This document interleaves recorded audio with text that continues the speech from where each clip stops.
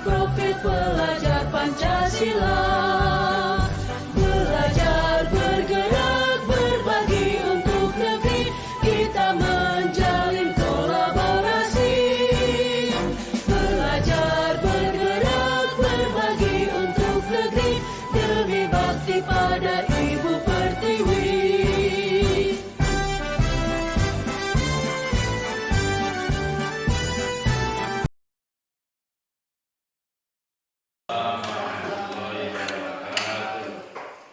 Puji syukur marilah sama-sama kita ucapkan kehadirat Allah Subhanahu wa taala yang selalu melimpahkan rahmat dan hidayahnya kepada kita semua, sehingganya atas berkat rahmat dan hidayahnya lah kita dapat berkumpul di ruangan yang berbahagia ini dalam rangka acara sosialisasi budaya positif.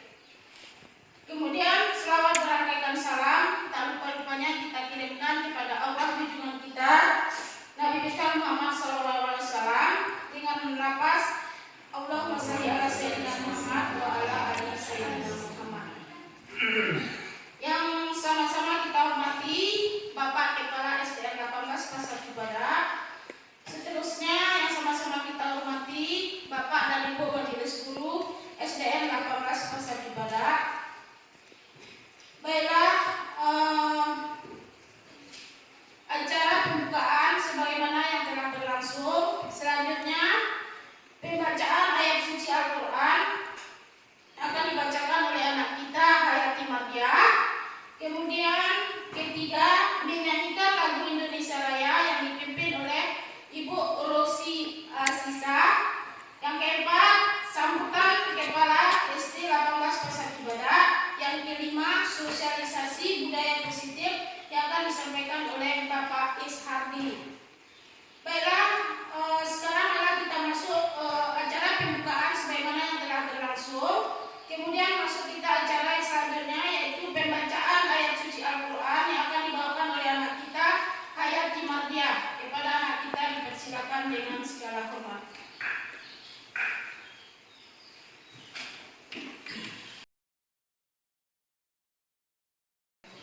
Assalamualaikum warahmatullahi wabarakatuh.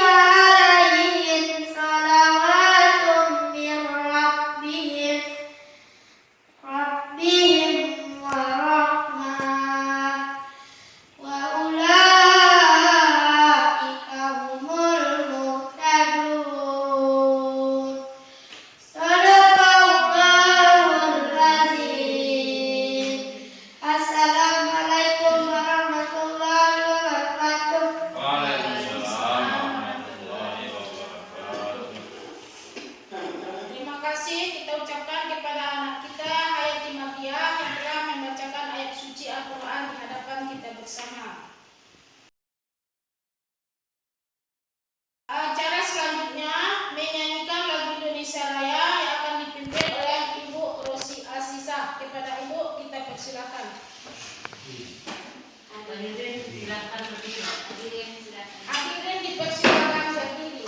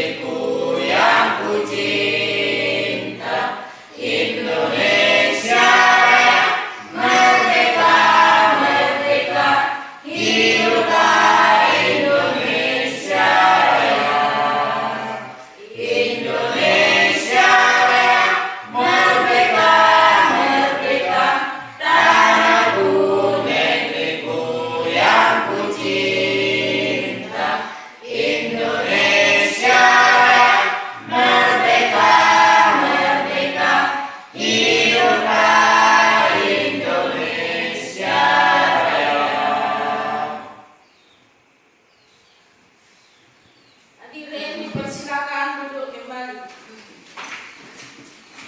Acara selanjutnya, terima kasih kita ucapkan kepada Ibu Rosi. Selanjutnya, sambutan Kepala SD 18 Pasar Cipala. Kepada Bapak dipersilakan dengan suara.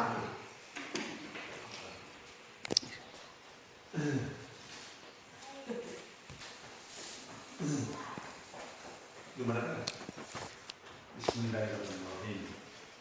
Assalamualaikum warahmatullahi wabarakatuh. Waalaikumsalam warahmatullahi wabarakatuh.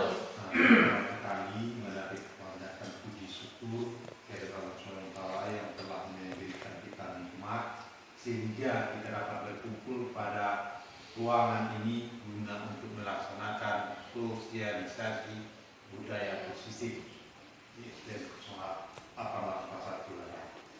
Kemudian menantikan salam dan sama-sama kita tanyakan ke orang dengan melafazkan sepotong doa nikah itu Allahumma shalli ala sayyidina Muhammad wa ala ali sayyidina Muhammad. Yang saya hormati Bapak Ibu guru dan tenaga pendidikan SDN 18 Pasar Cipala, dan tanpa lupanya yang sangat kita hormati guru kita, guru penggerak di SDN 18 Pasar Cipala,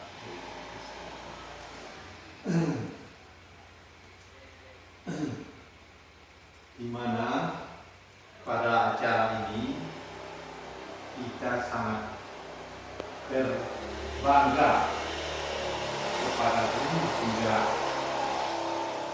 sebab karena adanya guru penggerak kita akan sosialisasi budaya positif ini, di mana kita sebagai guru di sini SDN 18 Cipala ini kita adalah merupakan pembawa perubahan, yaitu guru merupakan pemain daripada perubahan tersebut. Guru merupakan motor penggerak dari pendidikan di SDN 18 Kota Surabaya ini. Guru ibaratnya orang pelukis yang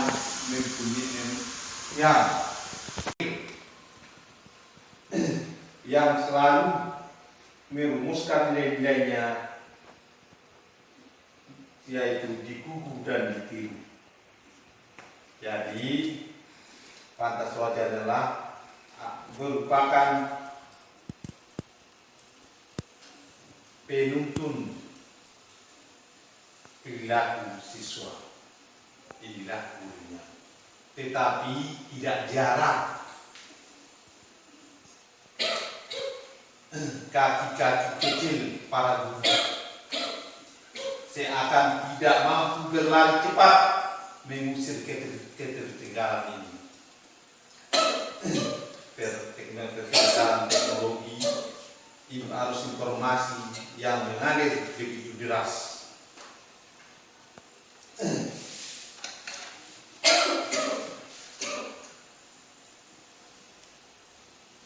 Dia putus asa dan pasrah pada kehidupan ini.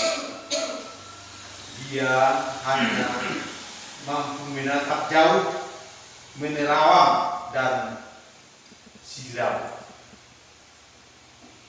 Akhirnya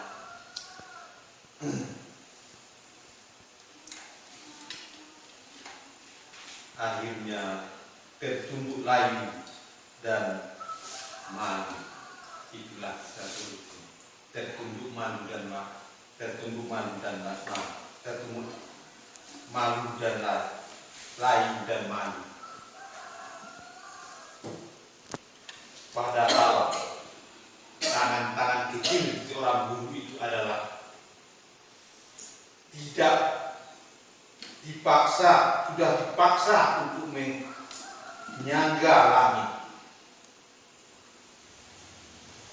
karena di pundak mereka tertanam cita-cita jutaan anak manusia untuk mengajar masa depan yang lebih baik.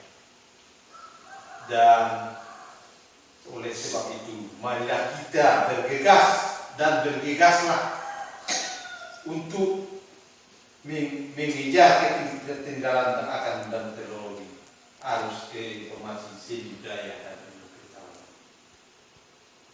Jadi itu yang dapat saya sampaikan.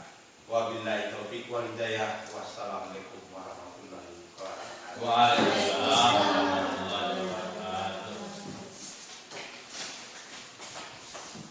Terima kasih kita ucapkan kepada Bapak Kepala Sekolah yang telah menyampaikan kata sambutannya di hadapan kita bersama. Mudah-mudahan apa yang disampaikan Bapak tadi dapat kita ambil hikmahnya.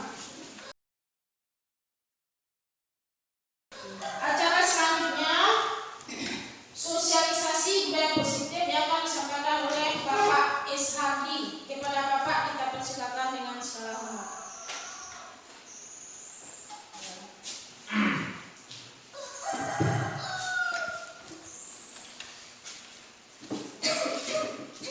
Assalamualaikum warahmatullahi wabarakatuh. Waalaikumsalam warahmatullahi wabarakatuh. Alhamdulillahi rabbil alamin. Wassalatu wassalamu ala asyrafil anbiya'i wal mursalin wa ala alihi wa sahbihi rasulillahi ajma'in. Kembali kita bersyukur kepada Allah dengan mengucapkan alhamdulillahirabbil alamin, karena di pagi hari menjelang siang ini kita masih diberikannya kesehatan, umur yang panjang untuk hadir ke sekolah ini dalam rangka melaksanakan rutinitas kita sebagai seorang guru. Itu semua adalah pemberian Allah yang mesti dan wajib kita syukuri, karena dengan apa yang diberikan Allah kepada kita pasti Allah akan menambahnya. Tetapi dengan nikmat yang diberikan Allah kepada kita tidak kita syukuri, apa kata Allah? Tunggu asabku sangat pedih. Selanjutnya berselawat kita kepada Nabi Muhammad sallallahu alaihi wasallam wa ala alihi sayyidina Muhammad. Mudah-mudahan dia kelak kita mendapat syafaat dari beliau. Karena di hari itu tidak ada berguna bagi kita harta kita, pangkat kita, jabatan kita, siapapun kita, melainkan yang bisa menolong kita pada waktu itu adalah syafaat dari Nabi Muhammad sallallahu alaihi wasallam.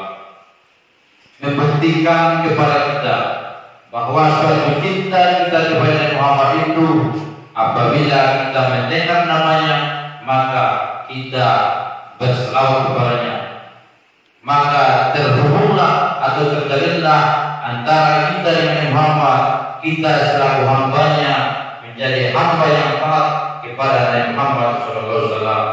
Mudah-mudahan kita semua nanti mendapat syafaat dari beliau. Amin ya rabbal alamin. Yang sama-sama kita hormati Bapak Kepala SD 18 Padang Kubadan yang hadir bersama kita pada hari ini, dan juga yang saya banggakan ada salah seorang anak didik kita yang bersama kita pada hari ini yang telah bersedia membacakan isi Al-Quran di hadapan kita, dan juga yang saya banggakan pada rekan-rekan guru tendik yang bersama-sama kita di ruangan ini dalam rangka sosialisasi budaya positif. Ini merupakan suatu program di Guru Penggerak. Baik Bapak Ibu yang saya banggakan, terima kasih yang telah meluangkan waktunya untuk bersama-sama pada pagi ini berbagi informasi-informasi baru, berbagi hal-hal baru. Ini merupakan suatu program di Guru Penggerak setelah kami dari Guru Penggerak membahas modul 1. Di modul 1 itu ada 4 sub, 1.1, 1.2, 1.3 dan 1.4. Pada hari ini kita akan mengimbaskan kepada rekan semua tentang modul 1.4, yaitu tentang budaya positif. Ini merupakan suatu tugas yang wajib dipenuhi di dalam Guru Penggerak, artinya aksi nyata yang atau mengimbaskan kepada rekan-rekan apa itu yang dikatakan dengan budaya positif. Baik Bapak Ibu sekalian, kita di sini akan bersama-sama berkolaborasi, saling mendukung dan menunjukkan disiplin positif di SD 18 Padang Kubadan. Karena tanpa adanya disiplin positif, hal-hal yang akan kita capai itu kadang-kadang tidak sesuai dengan apa yang kita harapkan. Jadi konsep utama di dalam modul budaya positif itu yang pertama, perubahan paradigma belajar. Yang kedua, disiplin positif. Yang ketiga, motivasi perilaku manusia. Yang keempat, kebutuhan dasar. Yang kelima, posisi kontrol. Yang keenam, keyakinan keras.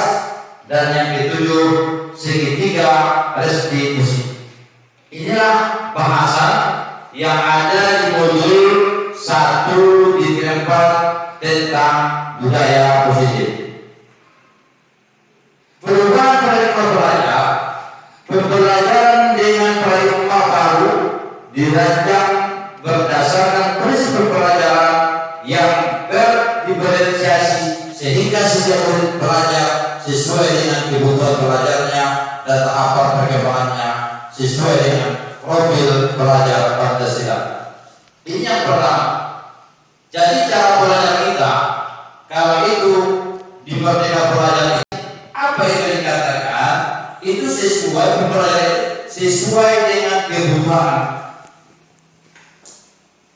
Jadi kita melihat di dalam lokal kita itu, anak-anak kita itu, kita sesuaikan dengan kebutuhannya. Kita kelompokkan mereka. Nah, itu yang dianjurkan di dalam kurikulum Merdeka itu. Itu yang dikatakan perubahan paradigma belajar. Artinya apa? Kita berubah pembelajaran kita yang selama ini menjadi pembelajaran yang berdiferensiasi. Itu perkembangannya itu sesuai dengan yang tertera di dalam profil belajar Pancasila. Apa-apa itu yang terkandung di dalam profil belajar Pancasila itu? Yang pertama, beriman dan bertakwa kepada Tuhan Yang Maha Esa dan berakhlak mulia. Jadi tugas kita seorang guru ini harus menanamkan keimanan dan ketakwaan kepada Tuhan Yang Maha Esa dan berakhlak mulia. Ini yang pertama yang tertera di dalam profil pelajar Pancasila. Jadi seorang guru itu harus menanamkan kepada anak ini itu, harus dia beriman, harus dia bertakwa kepada siapa? Kepada Tuhan Yang Maha Esa. Artinya apa? Kalau kita selaku orang Muslim, tentu kita harus beriman kepada Allah. Dan begitu juga orang-orang non-Muslim, mereka harus beriman kepada siapa? Tentu kepada Tuhan mereka. Itu tugas kita sebagai guru itu yang pertama, menanamkan atau beriman kepada Tuhan Yang Maha Esa dan berakhlak mulia. Jadi nilai-nilai akhlak itu, nilai-nilai kemuliaan apa yang mulia itu, kita seorang guru harus menanamkan itu kepada peserta didik kita. Yang kedua, berkebinekaan global. Jadi kita harus menyampaikan kepada peserta didik kita itu, jadi perbedaan itu tidak merupakan suatu permusuhan. Jangan itu membawa suatu perselisihan di antara anak dengan adanya perbedaan-perbedaan. Itu yang dikatakan dengan berkebinekaan global. Jadi dengan diharapkan hendaknya dengan adanya perbedaan itu akan berujung dengan kepersatuan. Jangan hendaknya perbedaan itu akan mendatangkan kepada perbedaan atau permusuhan di antara anak itu. Bapak Ibu yang saya hormati, yang ketiga bergotong royong. Jadi jiwa-jiwa kegotong royongan itu kita selaku guru itu harus kita tanamkan kepada peserta didik kita. Sekarang kalau kita tengok-tengok, kadang-kadang jiwa-jiwa kegotong royongan itu sudah mereka drop. Kalau dibandingkan dengan masa-masa dulu, kalau dulu memang kuat jiwa kegotong royongan itu. Sekarang itu tugas kita lagi untuk menumbuhkan di dalam jiwa anak itu supaya jiwa kegotong royongan itu tumbuh kembali. Yang ketiga, yang keempat, kreatif. Kreatif artinya adanya ide-ide baru yang tumbuh di dalam jiwa peserta didik itu tugas kita selalu menempatkan ide-ide kreatif itu kepada peserta didik. Yang selanjutnya, bernalar kritis. Apa itu yang dikatakan bernalar kritis? Anak itu tidak mau menerima apa adanya saja. Dia harus menganalisis, bertanya dalam hatinya, bertanya di kepalanya, bagaimana sampai itu terjadi. Itu yang dikatakan dengan bernalar kritis. Yang terakhir, mandiri. Mandiri, apa yang dikatakan mandiri? Tidak ketergantungan dengan orang lain. Harus tumbuh di dalam diri itu sifat percaya diri. Ini tugas kita selaku seorang pendidik, menumbuh kembangkan nilai-nilai profil Pancasila itu kepada peserta kita.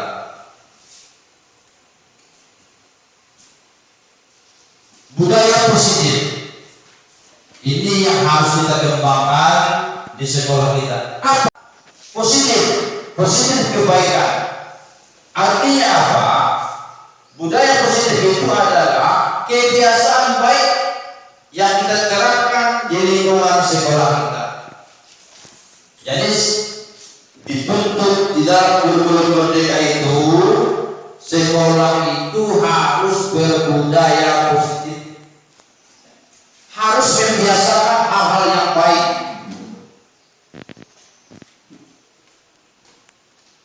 Ya, harus dibiasakan hal-hal yang baik. Itu yang dikatakan dengan budaya positif.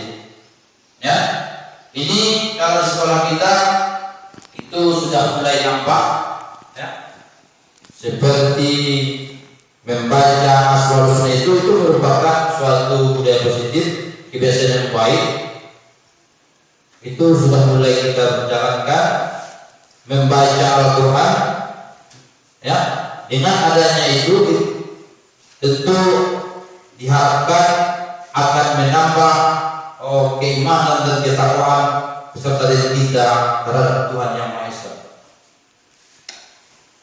Budaya positif adalah nilai-nilai keyakinan, kebiasaan yang dilakukan di sekolah dan berpihak pada murid, sehingga pada prosesnya dapat menjadikan murid yang berpribadi kritis, memiliki rasa hormat, disiplin, dan bertanggung jawab. Di sini kita selaku seorang guru, ini dia tadi yang dikatakan positif, harus menanamkan nilai-nilai kebaikan itu kepada anak, sehingga anak itu mempunyai kepribadian. Ya, bagaimana seorang anak itu cara menghormati gurunya, cara menghormati orang tuanya, bagaimana dia di rumah dengan orang tua, bagaimana dia datang ke sekolah, bagaimana dia di lokal. Ini harus kita tanamkan kepada diri kita itu, sehingga dia memiliki rasa hormat, disiplin, dan bertanggung jawab. Kenapa harus ada budaya positif di sekolah? Nah, ini yang latar belakangnya. Latar belakangnya adalah untuk menciptakan suasana pembelajaran yang kondusif. Maka pendukungnya adalah suasana positif. Dengan adanya suasana positif, guru dan murid akan menemukan kondisi pembelajaran yang menyenangkan tanpa ada beban. Kemudian dengan suasana positif, secara tidak langsung juga membentuk karakter anak, tidak hanya dari segi intelektual, tapi juga terbentuk oleh lingkungan belajar positif. Ini yang latar belakangnya, ya. Supaya atau harus ada budaya positif itu di sekolah, supaya terjadinya suasana belajar kondusif. Tidak ada perkelahian di antara anak kita, tidak ada permusuhan. Ya, kadang-kadang dengan adanya perkelahian itu menjadikan suasana itu tak kondusif lagi. Jadi itu tugas kita untuk menciptakan suasana positif di sekolah kita itu. Kalau kadang-kadang kalau terjadinya itu perkelahian, tentu suasananya itu tidak kondusif lagi. Akhirnya bagaimana? Akan mengganggu pembelajaran, mengganggu temannya, dan dia sendiri itu tidak merasa nyaman. Dan kadang-kadang kita sebagai guru juga merasa risih dengan keadaan anak kita yang tidak berbudaya positif itu. Jadi tugas kita menanamkan, menumbuh kembangkan budaya-budaya positif itu di kelas kita masing-masing, sehingga kalau sudah anak kita itu berbudaya positif, tentu suasana pun akan kondusif, tentu pelajaran pun akan berjalan dengan baik. Ini ada pertanyaan. Pertanyaan ini sebenarnya cuma kita di dalam hati kita jawab, ya. Kadang-kadang ini yang sering kita lakukan terhadap anak kita. Mendisiplinkan anak. Apakah hukuman itu dapat mendisiplinkan anak? Yang kedua, pemberian hukuman dengan hal positif seperti membaca, membersihkan ruangan sekolah dapat meningkatkan disiplin anak. Yang ketiga, memberi penghargaan dapat meningkatkan motivasi belajar anak. Nah, ini nanti tentu kadang-kadang hal-hal semacam ini sering kita lakukan dengan tujuan kita. Ini yang pertama tadi, kadang-kadang hukuman ini dengan tujuan supaya dia dapat tobat, diberikan hukuman positif. Namanya anak tidak dapat disuruh membaca. Yang ketiga, anak yang dapat kuat, anak yang berprestasi dikasih hadiah. Apakah yang akan terdapat positif terhadap anak? Nah, nanti di sini ada jawabannya. Sekarang kita lanjut dengan disiplin positif.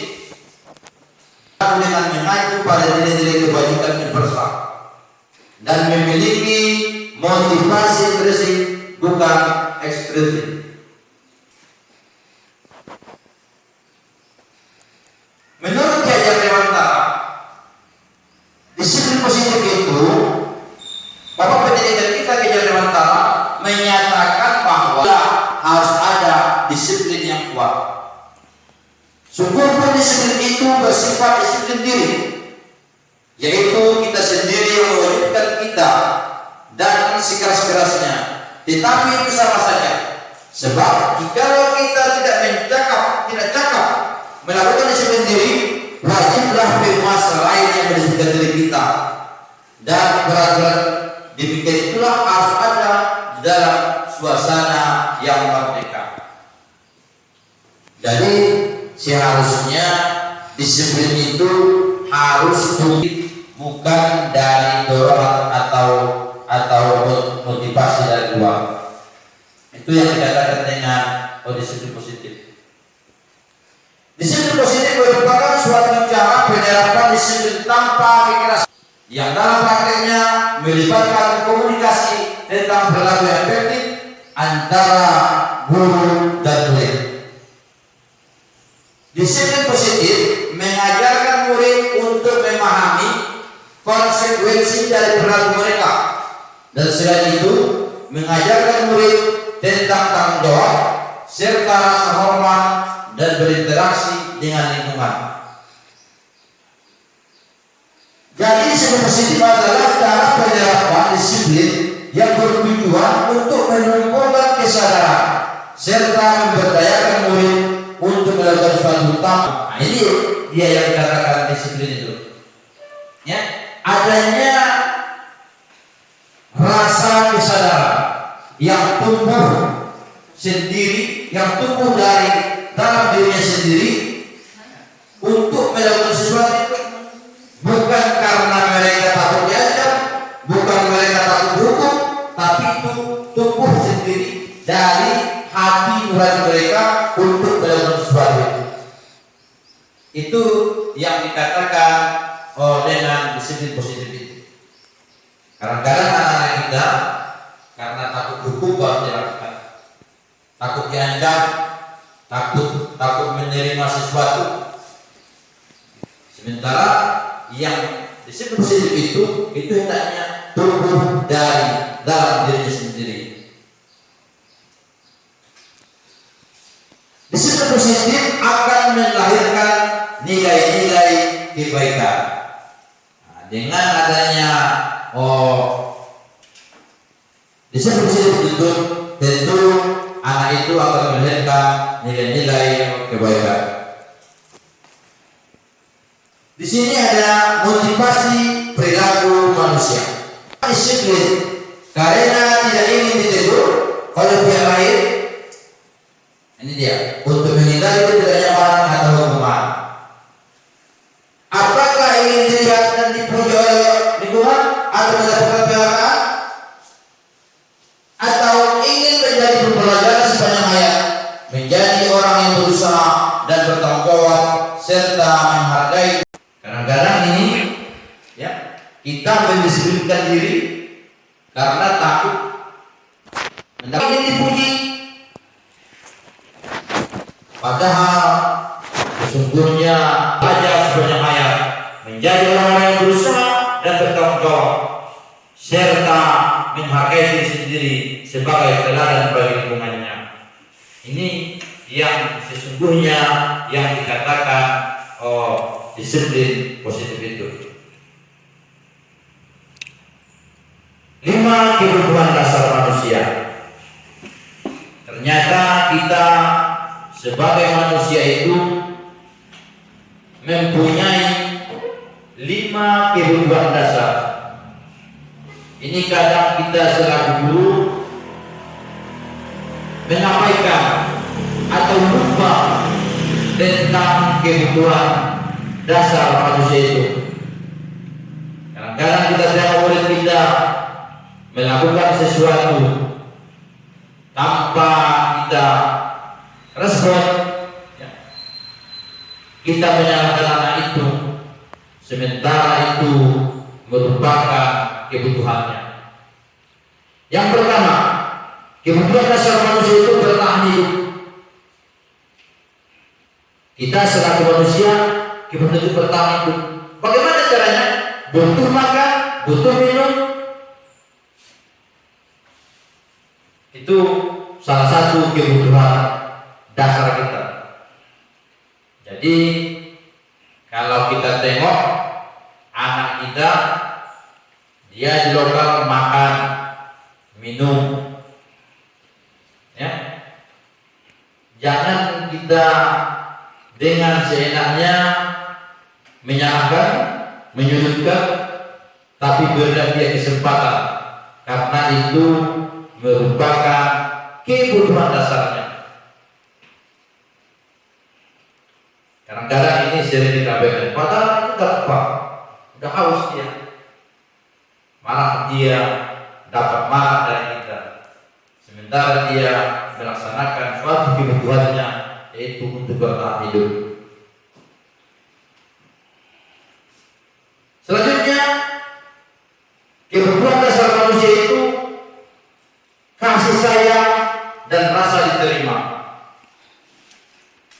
Kita selaku manusia membutuhkan kasih sayang dan rasa diterima kita di lingkungan kita, di mana kita berada. Jadi kita berhadapan dengan murid kita, dengan anak-anak kita, mereka butuh itu, mereka butuh kasih sayang, mereka butuh diterima. Kadang kita mengabaikan itu, ya. Kadang kita selalu guru mengabaikan itu, melalaikan, melupakan pada itu hak anak, kebutuhannya yang wajib kita berikan kepada mereka. Kadang-kadang dengan sabar, dengan belayan, mereka sudah senang menerimanya itu. Selanjutnya, kebutuhan dasar manusia itu kebebasan. Setiap kita ingin mendapatkan kebebasan. Kita guru, baik peserta didik, sama-sama ingin mendapatkan kebebasan. Kebebasan yang bagaimana? Kebebasan yang hal positif, bukan bebas tanpa aturan. Ya. Artinya bagaimana? Kita selaku guru jangan selalu mengikat anak. Berikan dia kebebasan, kebebasan dalam hal-hal yang baik, hal yang positif.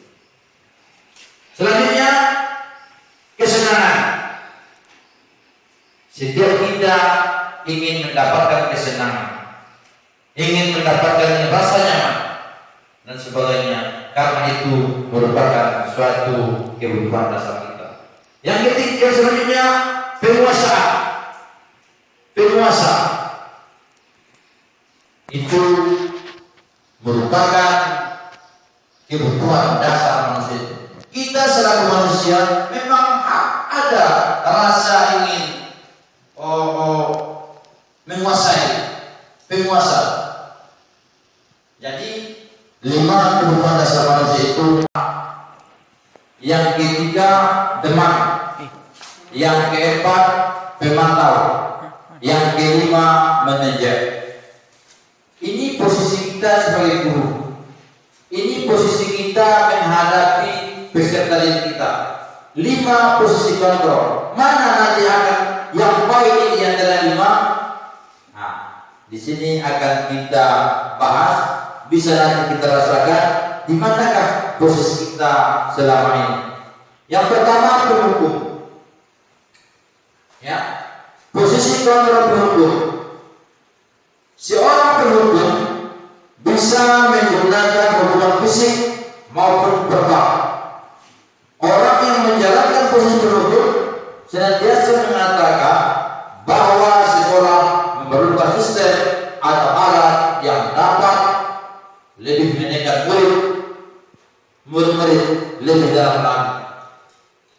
Ciri-cirinya suaranya tinggi, bahasa tubuh, mata melotot, jari menunjuk dan menghati.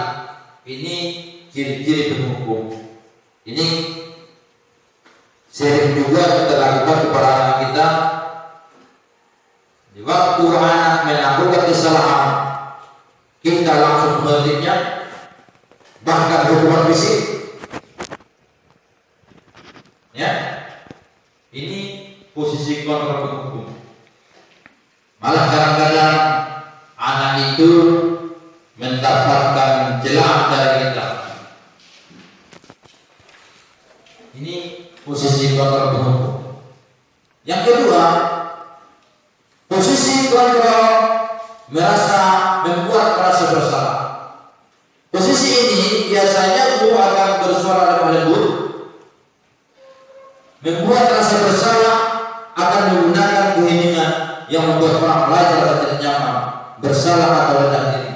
Biasanya ciri-cirinya nada suara lemas, halus, sedih, bahasa tubuh, merapat badan. Contohnya anak itu melakukan kesalahan. Contohnya dia terlambat datang ke sekolah. Apa yang kita lakukan dengan anak ini? Kita memang bahasanya lembut.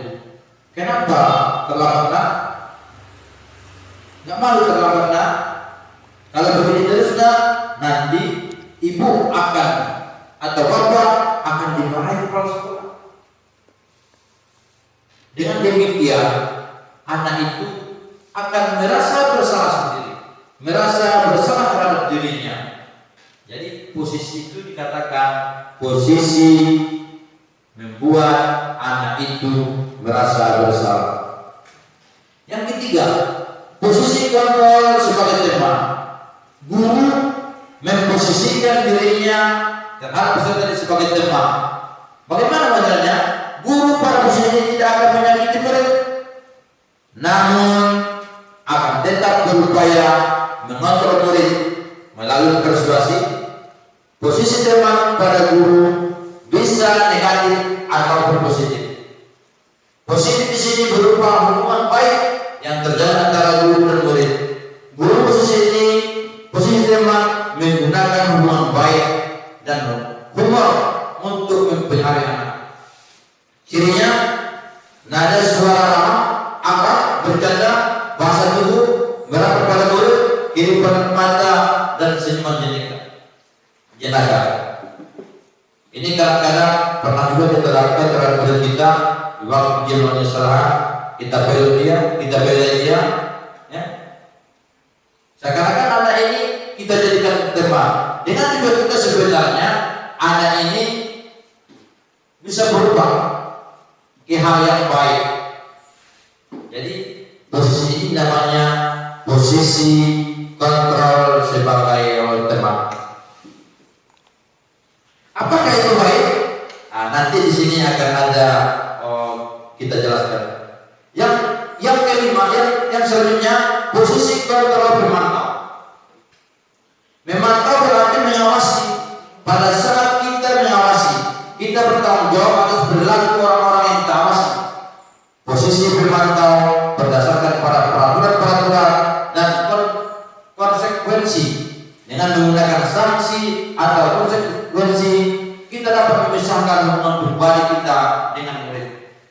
Sebagai ini kalau posisi kontrol pemantau, ini kita memantau anak dengan menggunakan data.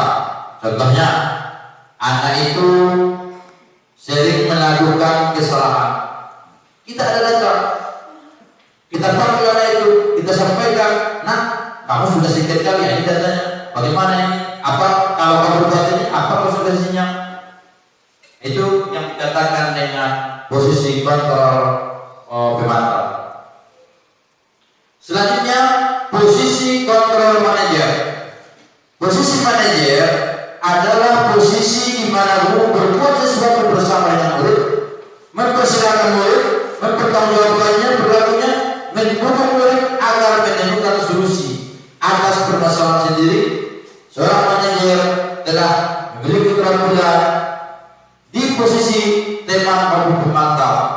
Dengan demikian bisa jadi waktu tertentu kembali kepada kedua posisi tersebut bila diperlukan. Ini yang dikatakan dengan posisi manajer. Di mana seorang guru itu, ya, di mana seorang guru itu bersama-sama dengan murid, mempersilahkan murid dan mempertanyakan kepada murid, dan murid itu sendiri yang akan mencari solusinya tentang bagaimana merubah kesalahan yang mereka lakukan. Ini posisinya posisi control manager. Di sini ada tabel dengan 5 posisi kontrol. Yang pertama, motivasi, identitas kata, identitas berhasil, identitas berhasil sukses. Di sini ada penghukum, pembuat orang merasa bersalah, teman, pemantau, manajer. Di sini guru berbuat. Kalau penghukum menghakimi anak, menunjuk, menyakiti, menyentil, itu merupakan hukuman, ya, hukuman yang diberikan guru kepada anak. Kalau berbuat merasa bersalah, bagaimana ceritanya? Anak ini diceramai dan mengatakan seharusnya, atau mengatakan, oh saya kecewa, bapak kecewa dengan kamu, ibu kecewa dengan kamu. Ini akan membuat anak itu merasa bersalah sendiri. Sebenarnya, artinya bagaimana? Guru itu mengamankan anak ini. Dia mencari alasan dengan anak itu sendiri. Yang kedua, pemantau. Pemantau menghitung dan mengukur. Nah, di sini tadi kita itu kalau kita jadi pemantau dalam posisi itu kita punya data tentang anak itu sendiri. Yang kelima, manajer mengajukan pertanyaan. Anak itu terlambat. Tentu kalau kita sebagai manajer dalam posisi manajer, kita bertanya, kenapa terlambat, apa alasannya, dan bagaimana solusi yang harus dilakukan anak itu sendiri. Di sini guru berkata, kalau kamu tidak melakukannya, awas, ya, rasakan. Itu merupakan bahas. Kalau berbuat merasa bersalah, kira-kira bahas seperti ini. Kamu siapa? Ibu lelah sekali mengatakannya. Ibu stres memikirkan kamu. Kira-kira seperti itu bahasanya kalau kita membuat merasa bersalah. Kalau kakak, ayolah lakukan. Jadi ibu, jadi bapak, ayo. Masa kamu tidak malu bertabat? Kalau pemantau, seorang guru itu bertanya, apa peraturannya? Kalau manajer, apa yang kita yakini di kelas? Apa yang bisa kami lakukan? Apa yang bisa kami kerjakan? Bagaimana cara memperbaikinya? Nah, kira-kira seperti itu bahasanya. Kalau seorang guru berhukum, bagaimana hasilnya? Nah, di sini ada sebuah peserta di jadwal itu memberontak, menyalahkan orang lain, atau dia berbohong. Ini dia kalau hasil apa hasilnya? Menyembunyikan atau menyangkal atau berbohong. Kalau tema dengan kita, ini nanti dibantu ibu ini, ini nanti dengan bapak ini. Jadi anak itu akan merasa ketergantungan dengan kita atau bapak atau ibunya. Kalau pemantau, bagaimana hasilnya? Menyesuaikan diri bila diawasi. Ini baik juga nanti kalau kita awasi dia akan balik, akan baik, tapi di belakang kita dia kadang-kadang berbuat yang tidak kita inginkan. Ini kalau hasil dari kita sebagai pemantau. Kalau manajer bagaimana? Hasilnya dengan hasil manajer itu ini nanti akan bisa menguatkan pribadi anak itu sendiri. Baik Bapak Ibu, selanjutnya kaitan dengan dunia berkualitas. Ya, murid meletakkan guru. Ini dia. Kalau kita posisi berhukum itu, apa yang ada dalam pikiran anak itu? Kalau teman, murid meletakkan guru sebagai orang yang sangat penting di dunia berkualitasnya. Pemantau, murid meletakkan guru peraturan dan hukuman. Kalau kita sebagai penghukum itu, apa kata murid? Biarkan saja, nanti juga ibu marah. Biarkan saja, memang kayak gitu apa? Kayak itu yang keluar di dalam kata-kata murid kalau kita sebagai penghukum. Kalau kita sebagai pemantau, maafkan saya Bu, maafkan saya Pak, karena dia sudah merasa bersalah karena dirinya. Kalau posisi kontrol teman, apa kata murid? Saya pikir Bapak atau Ibu dengan saya, ternyata bintang yang saya peroleh, berapa halaman yang saya tuliskan, berapa poin yang saya peroleh. Ini dia kata murid kalau kita sebagai pemantau. Kalau manajer, bagaimana caranya saya bisa memperbaiki diri saya sendiri dengan keadaan seperti ini? Apa dampaknya pada murid? Kalau kita berhukum, apa dampaknya pada murid? Tadi di sini ada terjawab bagaimana kita, apakah hukuman itu dapat murid akan mengulangi kesalahannya itu lagi. Ternyata hukuman itu tidak akan dapat merubah murid itu sendiri. Ini dia, ini dapat bagi murid. Memang ini sama-sama kita lihat, sama-sama kita rasakan. Dengan hukuman yang kita berikan kepada anak itu, ternyata tidak akan bisa merubah anak itu sendiri. Hari ini dia kita hukum, besok ulangnya.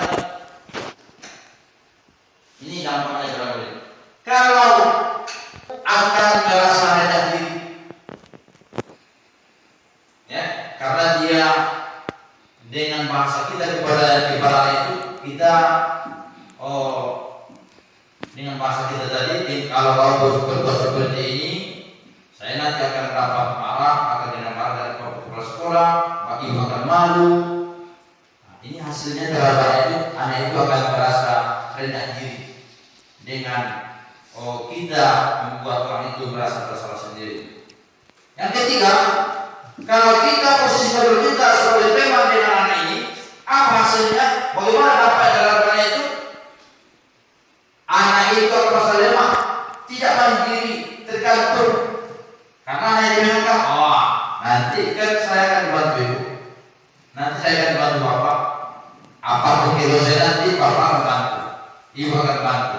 Jadi anak ini tidak tumbuh di dalam dirinya itu, nanti dia ketergantungan terhadap gurunya atau kepada bapaknya.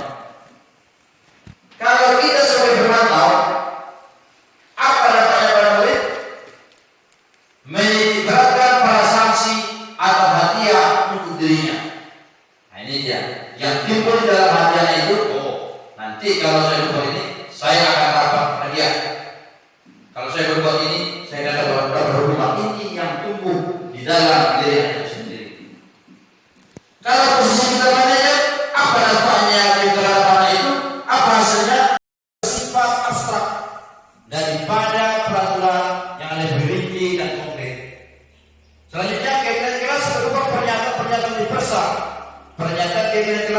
senantiasa dibuat dalam bentuk positif. Keyakinan keras hendaknya tidak terlalu banyak sehingga mudah diingat dan dipahami oleh semua warga kelas. Selanjutnya, keyakinan keras sebaiknya sesuai dengan sesuatu yang dapat diterapkan di lingkungan tersebut. Selanjutnya, semua warga kelas hendaknya ikut berkontribusi dalam pembuatan keyakinan keras lewat kegiatan buah pendapat. Selanjutnya, bersedia meninjau kembali keyakinan keras dari waktu ke waktu. Jadi keyakinan keras ini disepakati atau dibuat guru dan murid. Ya, perbedaan peraturan dan keyakinan keras. Kalau peraturan selalu kembalikan buku ke tempatnya, itu bahasa peraturan. Kalau keyakinan keras tanggung jawab. Nah, ini tadi yang dikatakan bahasa keyakinan keras itu adalah bahasa yang abstrak, umum, universal. Yang kedua, dilarang mengganggu orang lain. Kalau kita harusnya apa? Menghormati orang lain. Berarti menghormati orang lain umum sebabnya. Termasuk yang melanggar, dilarang mengganggu orang lain. Selanjutnya, hadir di sekolah 5 menit sebelum pembelajaran dimulai. Ini artinya apa? Komitmen atau kesepakatan. Dilarang melakukan kekerasan. Keyakinan keras apa? Keselamatan, menghormati orang lain. Selanjutnya, dilarang merokok. Kemana arahnya keyakinan kesehatan? Selanjutnya, bergantian atau menunggu giliran. Nah, ini dia keyakinan kerasnya kesehatan dan keselamatan. Jangan berlari di kelas atau koridor. Ini keselamatan dan keamanan. Habis itu kira-kira bahasa keyakinan keras itu. Jadi dia umum sifatnya.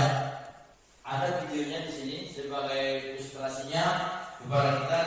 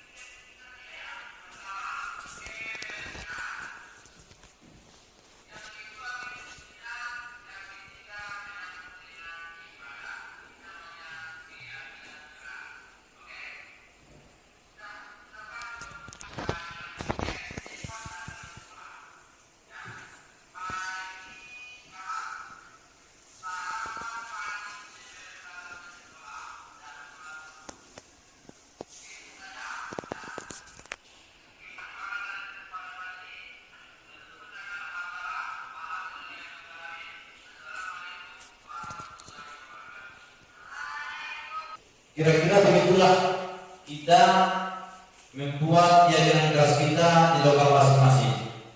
Jadi langkah pertamanya itu kita harus membuat kesepakatan kelas, dan kesepakatan itu kita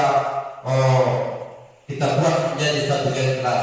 Jadi nanti yang apa yang kita sepakati. Jadi kalau anak itu tidak mematuhi kesepakatan itu, anak itu senang tidak. Kesepakatan apa ini yang kamu lakukan? Bisa dia tahu di mana letak kesalahannya itu. Sekarang kita lanjut dengan restitusi.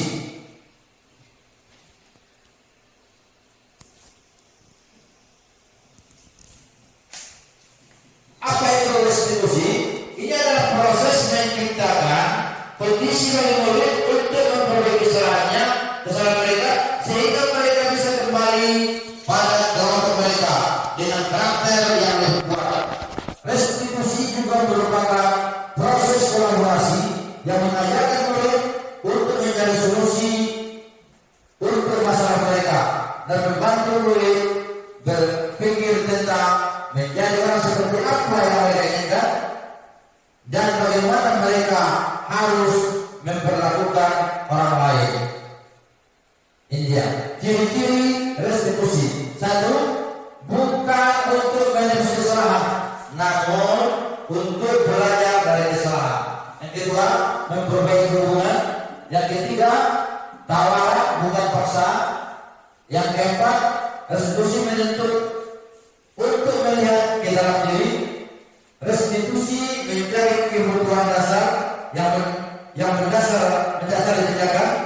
Yang keenam, restitusi adalah fokus pada karakter, bukan tindakan. Yang keempat, yang kelapa, restitusi fokus pada solusi. Yang kesembilan, restitusi mengembalikan murid yang berbuat salah pada kelompoknya.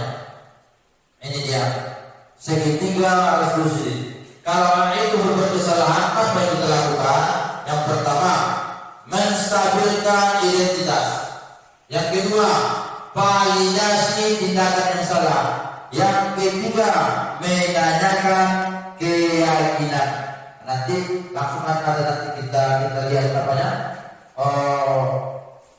prakteknya bagaimana cara menjalankan segitiga restitusi. Ini segitiga restitusi ini sesuai dengan posisi kontrol manajer. Ini dia segitiga menstabilkan. Segitiga restitusi pertama menstabilkan identitas, yang kedua validasi tindakan salah, yang ketiga menanyakan keyakinan. Segitiga restitusi tahap satu, menstabilkan identitas. Pada tahap ini murid diajak untuk tenang dan kembali perbuatan yang salah pada murid seringkali dilakukan untuk memenuhi beberapa kebutuhan pada manusia. Disinilah guru harus mampu memahami maksud perbuatan murid tersebut. Tahap ketiga, menanyakan keyakinan. Peserta didik siap untuk berhubungan dengan nilai-nilai yang dipercayai dan menjadi orang yang dia inginkan. Bagaimana itu menstabilkan identitas? Pada tahapan ini, peserta didik diajak tenang kembali suasana hati di mana proses belajar dan menyelesaikan masalah bisa kita lakukan. Yang kedua, validasi tindakan yang salah. Perbuatan yang salah pada peserta didik seringkali dilakukan untuk memenuhi beberapa kebutuhan pada manusia. Di sinilah guru harus mampu memahami maksud perbuatan peserta didik tersebut. Yang ketiga, menanyakan keyakinan. Ya, peserta didik siap untuk menghubungkan dengan nilai-nilai kebaikan. Kita lihat dulu sedikit.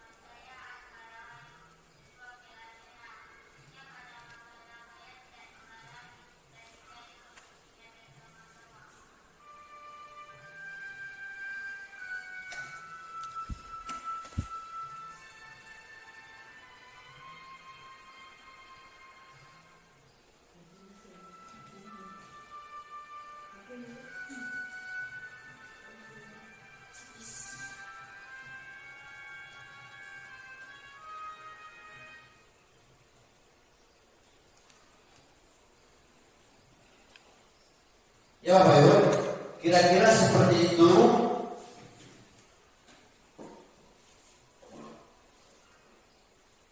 Kita menjalankan segitiga restitusi kepada. Yang pertama tadi menstabilkan identitas. Di saat anak itu datang sebagai contoh datang terlambat, kita tidak boleh menjalankan itu. Bilang sama anak itu bahwa setiap orang itu setiap orang itu sudah biasa melakukan kesalahan. Akan pada anak itu, ya. Keyakinan apa yang tidak dilanggar pada hari ini. Nah, itu makanya keyakinan keras itu kita tempelkan di titik di mana itu yang mudah tampak, mudah dilihat oleh guru dan anak itu sendiri. Dan bagaimana menjalankan keyakinan? Ya, kita tanya ke anak itu keyakinan apa yang dilanggar dan kita tanya dia apa solusi yang bisa dilakukan untuk memperbaiki kesalahan itu sendiri. Nah, itu yang dikatakan dengan segitiga restitusi. Baik Bapak Ibu, terakhir kita lihat dulu satu video lagi. Ini video ini mudah-mudahan menjadi inspirasi bagi kita.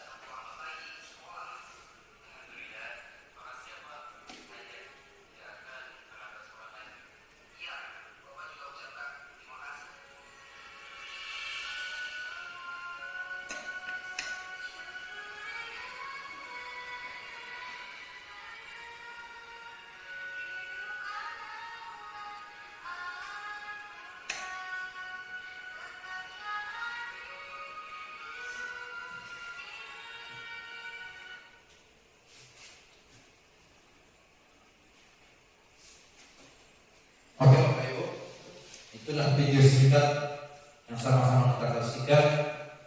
Kadang memang itu sudah kita lakukan tanpa tahu dengan anak itu sendiri. Ternyata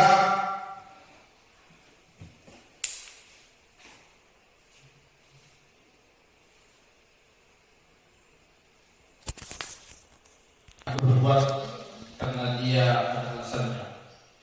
Jadi kita selaku bapak dan ibu, kalau ada anak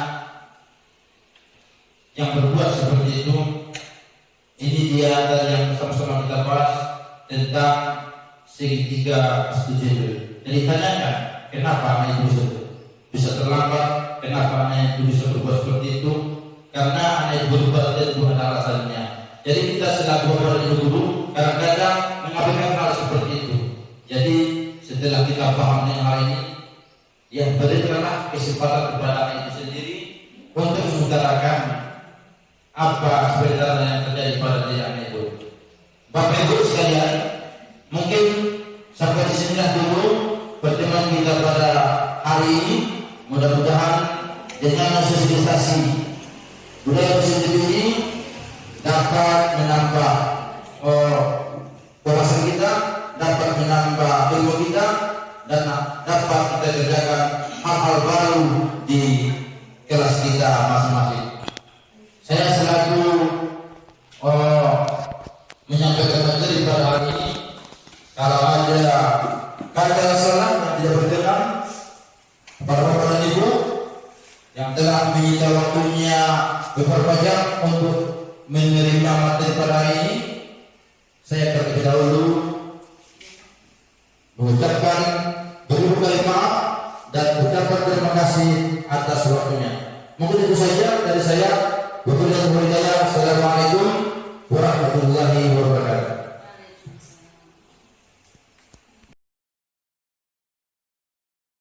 Mudah-mudahan apa yang disampaikan Bapak tadi dapat menambah ilmu bagi kita semua. Dengan berakhirnya sosial budaya positif, maka berakhirlah acara kita pada hari ini. Saya sudahi dengan banyak maaf. Wabillahi taufiq wal hidayah. Assalamualaikum warahmatullahi wabarakatuh. Waalaikumsalam. Assalamualaikum warahmatullahi wabarakatuh.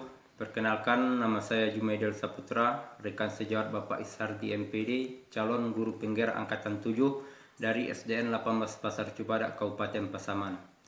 Menurut saya, materi budaya positif yang disampaikan sangatlah bermanfaat karena kita bisa memposisikan diri di tengah-tengah anak murid sehingga akan terjadinya proses pembelajaran yang berpihak kepada murid, dan juga sehingga kita bisa menuntun anak-anak untuk selalu berkarakter sesuai dengan pembelajaran profil Pancasila. Demikian yang dapat kami sampaikan. Wassalamualaikum warahmatullahi wabarakatuh.